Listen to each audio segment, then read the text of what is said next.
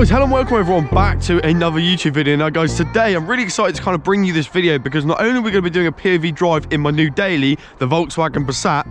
Yeah, I know I'm doing a video in this, but that's kind of because I've sold the M5, so this is the only way I can get around at the moment. But not only are we doing a POV, we're also going to be doing a Q&A. So I'm going to be answering your guys' questions that you left me on Instagram and YouTube. Now, first of all, before we do actually go ahead and answer those questions, I just want to say a massive thank you to everyone who did leave me questions. I really do appreciate that. I actually put out a post on my Instagram and also my YouTube community page, and loads of you gave me questions, so I do really appreciate that. And I do apologise now if your question doesn't get answered. But anyway, enough rambling on. The weather looks like it's going to start to rain, so I think we should jump in the car. If you do go ahead and enjoy this video, make sure you leave a like, rate, comment, and subscribe. But yeah, let's jump in the car. So, and also, I don't know where that's gone. I don't know if it's fallen off or someone's taken it or whatever. But anyway, let's get in the car. Oh. And yeah, let's go for a drive.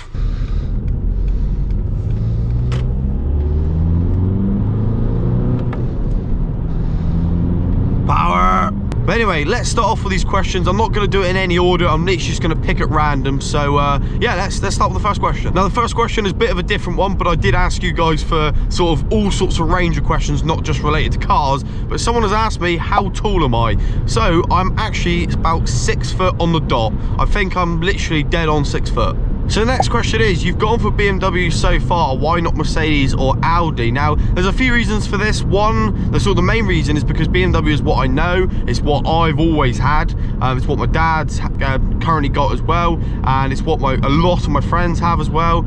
And they're quite popular as well, which is always good for like parts and content and stuff like that. And I don't know, I just kind of, when you like a brand so much, you kind of just stick with it, because I just like BMWs. Eventually I will like to expand out a little bit and see, you know, what's in the Mercedes range and what's in the Audi range. But the problem is, the ones that I like from Mercedes and Audis are expensive. Like, I like not the brand new RS3, but one of the newer RS3s. I like the RS6, A45S, which are obviously all quite expensive. So yeah, for the minute I'm just going to stick with BMW, I think. What we are going to do though, and in my next video, is we're going to go through a load of options of what the potential next car could be on the channel.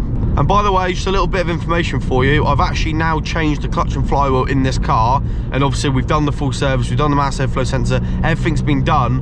And yeah, it's literally driving perfect. Like, it drives absolutely perfect. We're currently getting nearly 50 miles per gallon, and I'm not going 100% like eco friendly. It's just good on fuel, this is. Whoa, power! And it pulls like a train. Whoa! This car is not built for going quick, and I barely drive it quick because there's just no point. Like, you don't get it's not fun to drive quick, do you know what I mean? Like, the tyre wall on it is massive, and it just literally just doesn't corner at all, which is quite funny. I know it's not many, but it is funny every now and again, just seeing what it drives like. Audi R8, get on. That's nice, I like that.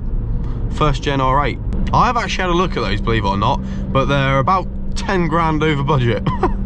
So there's a lot of people that sort of ask me where I'm heading on these POV drives. Now, I'm actually heading to a place called Newquay here in Cornwall. Absolutely lovely place, really nice. It's popular for tourists and surfers and stuff like that. But yeah, I just like coming here on drives because there's quite nice roads on the way to Newquay, apart from when there's traffic. So next question is what is your opinion on the Abarth 595? Now, this is actually a car that my mum has recently gone out and bought, and I have driven it up the road once, and to be fair, it's 140 brake horsepower in such a small car. It feels very quick, to be fair, like very quick. It really surprised me, really, and there's like all sorts of like traction buttons and like sport mode and all that kind of thing. But yeah, my mum loves it, but she doesn't drive very quick. But it does sound nice, like in the mornings on cold start, it does have a nice little rumble. But yeah, mum loves it, it looks nice. If you'd like to see a POV drive on that, let me know. I'd love to take the Abarth out for a POV drive. That might be something that you guys are interested in. Do let me know if you are. But yeah, see the Golf in there, look. But yeah, I don't really have an opinion on one at the moment because I've not really driven one much, if that makes any sense, but it looks cool. So the next question is what is the overall better car, the M140i or the M5? Now I'm going to be truly honest here, and this might shock a few people, but I think the overall best car, for me anyway, would be the M140i. And I've explained all of this in my previous video, which is why I've actually sold the M5. But the M140i just made so much more sense. It was better for content, so much cheaper to run, way better on fuel, had more of a driver's aspect to it. Even though the other one was an M car, but it was more of a luxury M car, if that makes any sense. But yeah, and also the 140's got a massive community. There's loads of parts for it if anything were to go wrong. But yeah, definitely, in my opinion, for me, the M140i is the overall better car. So the next question is, what are your plans and goals for the channel this year? Now, I haven't really thought about this, so I'm literally just going to come off on the top of my head. But at the moment, we're coming up to nearly 50,000 subscribers, which I think is absolutely incredible, and I really do appreciate that. You know, it means an absolute lot, like 50,000 people. It's absolutely mad.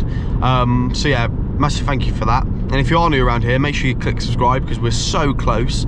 And that would mean the world. But yeah, what are my plans and what are my goals? Now, I'd like to say by the end of next year, or by the end of this year, sorry, I'll have like 60, maybe 60 to 65,000 subscribers. That would be awesome. I think more realistically is probably 60,000. But the main thing, I just want to keep consistent. I just want to keep consistent with the videos and upload not only regular content, but actually good content. Now, I'm going to have to try and stop one of my biggest habits, and that is believing that a video is not good enough. I keep doing it, and it's kind of limiting me a bit. Like, there's a load of videos that I think about, and I'm like, oh, that's not worth a video. But then I see other creators do that sort of video, and I'm like, that did really well for them. Like, why do I think I shouldn't do it? Like this as well, like, until my mate told me last night you should go do a POV in the Passat. In my head I was like, there's no point doing a POV in the Passat. No one's going to want to watch that. But my mate said it, and I was like, actually, it's worth doing. Like, at the end of the day, like, why not? Do you know what I mean? If people like it, people like it. If they don't, then it's still a bit of content to go out. So I thought I'd combine the both, a Q&A and a POV all in one. But yeah, I just need to try and stop. That's one of the goals, is to try and stop overthinking things and kind of go by the saying, don't think, just go. So the next question I've got is, what made you like cars, and was there anyone who inspired you? And the answer to that question is yes, there was. So I used to watch this guy called Bar religiously. Like, I watched him an awful lot now.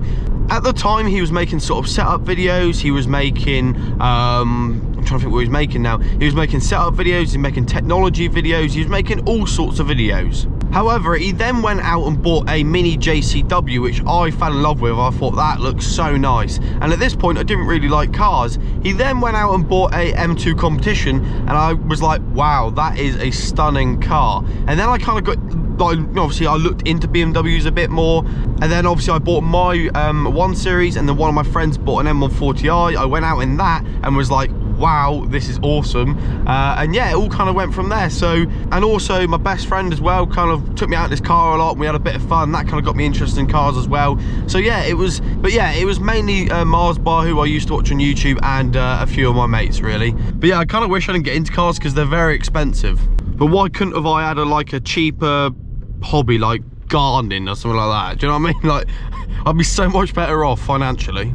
So the next question is actually quite a cool one. It's, what is a sort of day in your life? How does your sort of day-to-day work? Like, how do you have time to fit in YouTube videos? Now, I really sort of like this question. It's a really good question. So thank you for sending it. I really do appreciate it. Why are you waiting? You got room for a bus? To be fair, every single day for me is different, because my job, for some of you who didn't know, is working in IT. But sometimes I work from home, and sometimes I work in an office. So every single day can sort of change. But the main sort of day for me on a work day is I wake up, go straight to work, I'll then come home, and because I've been sort of sat with a computer all day, I do like to sort of go out for a drive or do something that's not in front of my computer.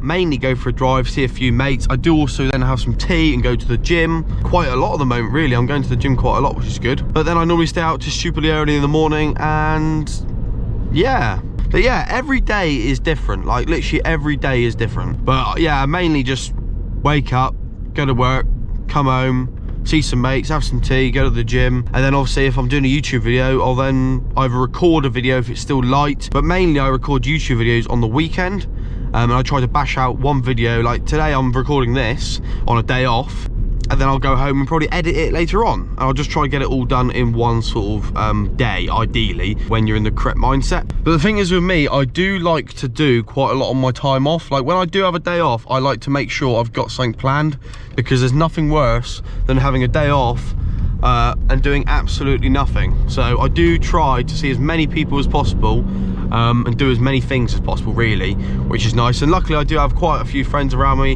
which I get invited out to, and we arrange stuff, and it's just really nice. We go to a few car meets and stuff like that. It's just lovely. So yeah, that's kind of what I do. So the next question is, why have you changed your car so suddenly? Now, I'd recommend you go watching my previous video, because that will explain everything. So next question is actually quite a good one. What does your registration plate mean? Now, this was actually a present from my mum and dad. The T600 means something. It's something that Dad likes. I believe it's like one of his favorite robots or something from the film Terminator, I think. And then obviously he's got his initials, and on mine, because I got given it from my parents, they thought it would be cool to get a matching plate, which does look awesome when the cars are parked next to each other. So obviously I've got T600 because that matches his, and then I've got my own initials. So yeah, hopefully that answers your question. Opinion on the E92 M3. I think these cars are wicked. Obviously they have their problems, like the rod bearings, but once you get them done, they are awesome. They are a little bit slow for sort of nowadays sort of cars, and obviously a little bit harder to tune, but whack a supercharger on there or a turbo, then that'll be cool. And I have heard a few supercharged ones like on YouTube, and they sound awesome. So the next question is, how are you able to get so cheap insurance at such a young age? Now, I get this question an awful lot, and I really didn't think that it was such a big deal. But the main answer to that is I live in Cornwall. That's literally the main answer to that question. I live in Cornwall, and I live in a place where cars don't get stolen very often. I mean, my insurance has gone up a little bit due to the lady smashing into my M140i. Yes, I know it wasn't my fault, but that's just how insurance works, sadly. Oh, my bloody hell. Nearly caught a crash on camera. But yeah, the main reason why I get cheap insurance is because I live in Cornwall, I think. I will have 4 years no claims soon, because I actually got a year's no claims for my provisional driving as well. I think it's 4. Yeah, I think it is 4. Yeah. So that helps as well. Now, if you do want to have a look at how to get cheap insurance, do go ahead and watch the video that comes up on the right hand side of your screen now, because that is actually when I got my 140. I did a insurance video on that, and I explained how I got cheap insurance on that. Well, not cheap, but just cheap-ish, and that kind of explains how I go about getting cheaper insurance. There's a few little methods that does actually help. So the last question is what I do for a job, which is obviously I've explained that I work for IT for university, and the other question is, what course did you do at college? So I actually did a level 3 diploma in media production and tech, I think it was called, which is equivalent to 2 or 3 A levels, I think it was, which I really enjoyed, and it was a really good course. It was kind of what I expected, but at the same time it was a little bit more paperwork than I expected. I'm not very good at paperwork at all. I'm a lot better with the practical side of things. So when it came to our exams, I literally did, like, for example, like an A in the practical, but then came out of a C in the whole thing because of just how bad my paperwork was. I'm not very good at paperwork, let's put it that way.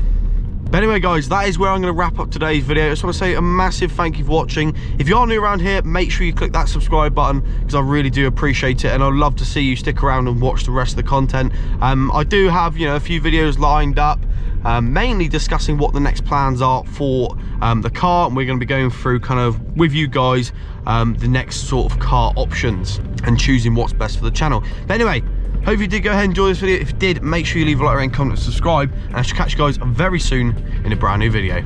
Take care, everyone.